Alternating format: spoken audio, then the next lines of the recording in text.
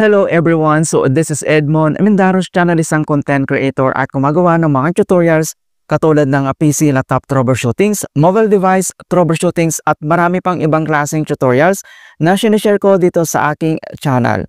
At kung bago ka lang sa aking YouTube channel, so please huwag mong kakalimutan mag-like, share at subscribe. I-click mo na rin yung bell notifications para ma-update ka sa aking mga bagong videos and tutorials. So sa video ito ay pag-uusapan natin at i-guide ko kayo on how to send money from a GCash app to Cardbank Connect to Card Savings Account.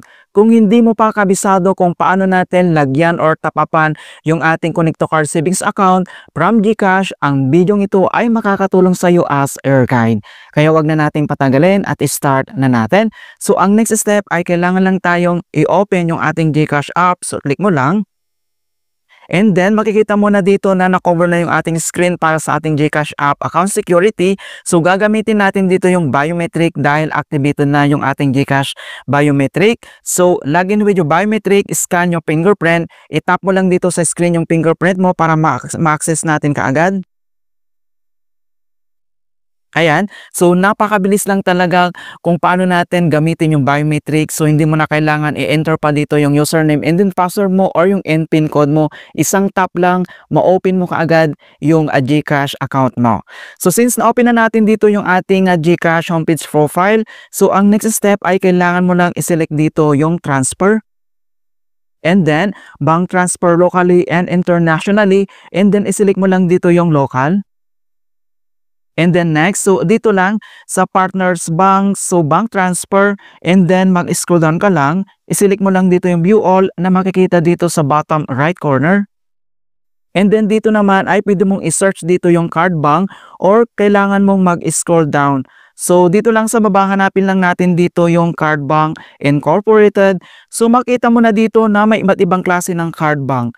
So mayroon ditong Card MRI, Card SME Bank. So ang isisilik mo lang dito yung pinakauna lang na Cardbank Incorporated. I-tap mo lang. And then, so Cardbank, so enter mo lang dito kung magkano yung amount na itatransfer natin from dito sa GCash doon sa ating Connect to Card Savings Account. So lagyan lang tayo 100. Ayan. And then, yung account name natin sa ating Connect to Card Savings Account full name, ilagay natin dito. Once na ilagay mo na dito yung account name and then yung amount and then yung account number natin, so yung Connect to Card Savings Account number natin ang ilalagay natin dito sa box. So 16 digit yan. So itap mo lang dito yung box and then enter lang natin yung ating account number.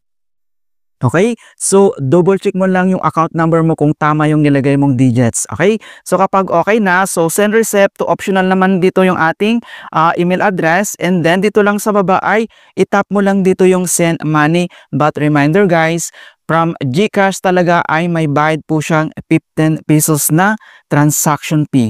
So makikita mo dito na 15 pesos fee will be charged for transactions. So may bayad talaga si GCash mga kaibigan. Okay, kapag okay na lahat yung details, itap mo lang dito yung send money. And then, so bank transfer, so confirm lang natin dito, transfer to, dito lang sa ating Connect to Card Savings Account details, nandito lahat. Yung transaction fee, kasali na dito. And then, dito lang sa pinakababa, kapag okay na siya, and then, itap mo lang dito yung box. I-check mo yung box, I confirm that details are correct. And then, itap mo lang dito yung pay, dito lang sa baba. And then, authentication code. So, magsisend po si GCash ng ating OTP code. Kailangan natin yan i-enter. Kapag na-enter mo na siya, and then, itap mo lang dito yung submit. Ayan. So, makikita mo na dito no bank transfer complete. So, all details nandito lahat. And then, back lang tayo at i-open natin yung ating Connect to Card Savings Account. Tignan natin yan. So, login lang tayo dito sa ating Connect to Card app. And then, login lang tayo with biometric. Scan lang yung fingerprint mo dito sa mobile screen para makapag-login tayo. Ayan. Okay, so makikita nyo na na-add na dito yung 100 dito lang sa ating savings account. Napakabilis talaga. At dito lang sa top right corner, pwede mo namang i-view yung transaction details. So, nandito lahat. Okay, so makikita mo na dito na interbank transfer successful. Ayan, so dito na yung details from GCash mga kaibigan. Okay, so gano'n lang po kasimple mga kaibigan kung paano tayo mag-transfer from GCash dito lang sa ating Connect to Car Savings account. Napakabilis lang talaga at hindi mahirap sundan mga kaibigan. In hope na nakapagbigay ako ng konting kaalaman at guide tungkol sa GCash tutorials. Thank you guys. See you in my next tutorials.